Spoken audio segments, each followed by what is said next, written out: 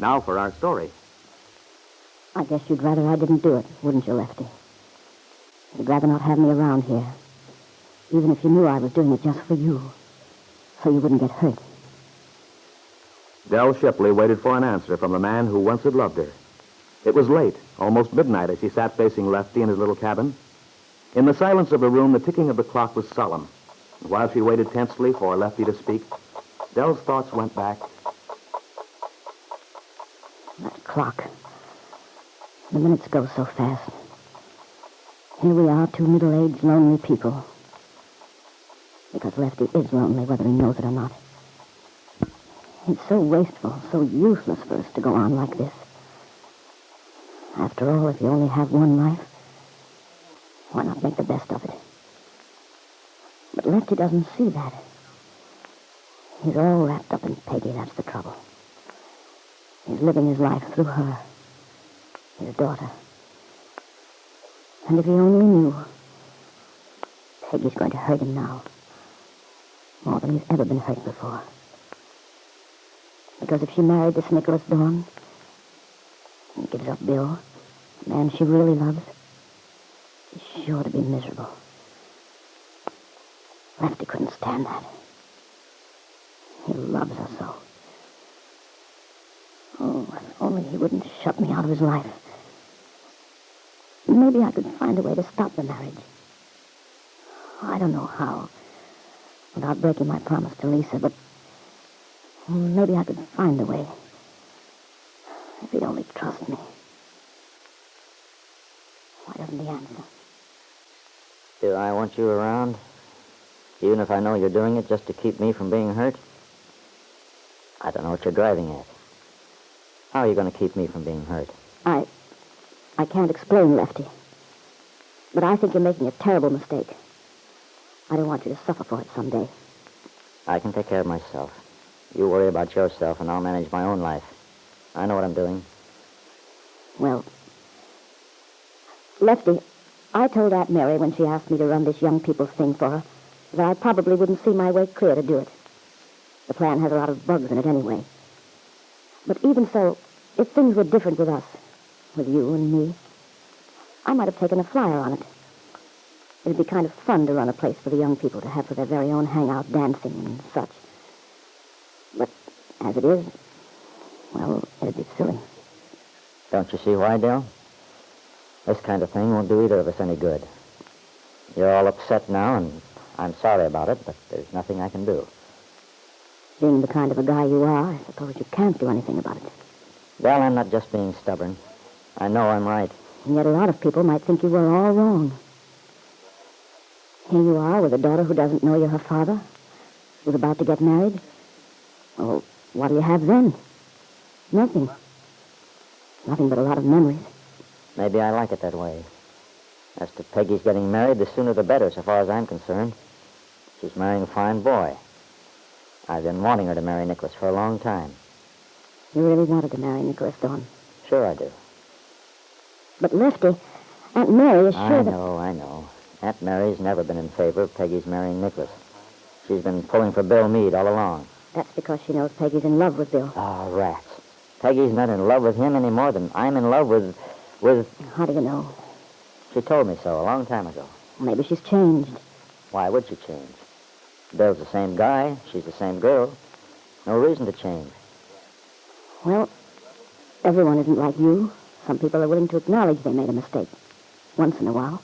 Sometimes I get so mad I could see red. The way everybody's bound and determined to connect Peggy and Bill. It's the silliest thing I ever heard of. Oh, Lefty. Sometimes you can be so blind, so stubborn. I think I know what's best for my own daughter. But you may not know what you're doing. It may be a terrible mistake for Peggy to marry this man. Why? Nicholas loves her. And I think she loves him. Lefty, you're making a terrible mistake for Peggy's good. You're a fine one to talk about Peggy's welfare. After the way you treated her in Chicago. What I did was for you, Lefty. Even though you'll never believe it. And now you come busting in here and try to tell me Peggy shouldn't marry the guy she's chosen. What do you know about it anyway? Oh, I can't tell you that. But believe me, I know what I'm saying. It looks to me as if you're way out of line, Dell. Way out. Look, Lefty, You admitted a while ago that if it hadn't been for me, you might never have found Peggy. Yeah, that's true. So what? And when Peggy came up to Chicago, I did my best for her, didn't I? At first you did. What happened later was nobody's fault, if you come right down to it. It was a misunderstanding. Yeah. You misunderstanding Peggy. Oh, Lefty. You refuse to forget, to let bygones be bygones. You want to live with this injury. You say I did you and Peggy. I can't forget it, Del. I'll never be able to. You don't want to, that's why. If you did... Oh, what's the use? I knew I was a fool, thinking you'd ever change. You can't say I didn't warn you. No. You made it plain enough how you felt. I should have known better than to come here. But I had to stick my neck out. So here we are, glaring at each other across a room when it all might have been so different. Well, this is the way it is, and this is the way it's going to be, Del. I told you before, I don't want to hurt you. That's why I've been staying away from Aunt Mary since you got down here. I wish you'd let well enough alone.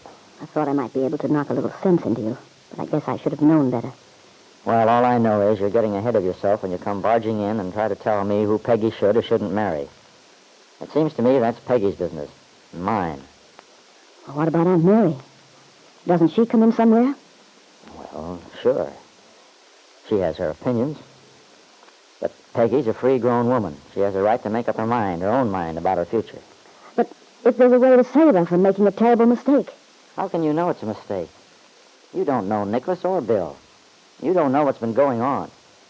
You just have to take my word for it. I know what I'm talking about. Please, Lefty, for once in your life, don't be stubborn. Peggy's whole future happiness is mixed up in this thing. You must be nuts, Dale. You don't understand. You couldn't. All this trouble we've had with Bill Meade. Look at all the grief he dragged Peggy through. And now, just because he's got a divorce, he starts coming around trying to get back in her good favor. But, Lefty, how does Peggy feel about him? Even if you don't.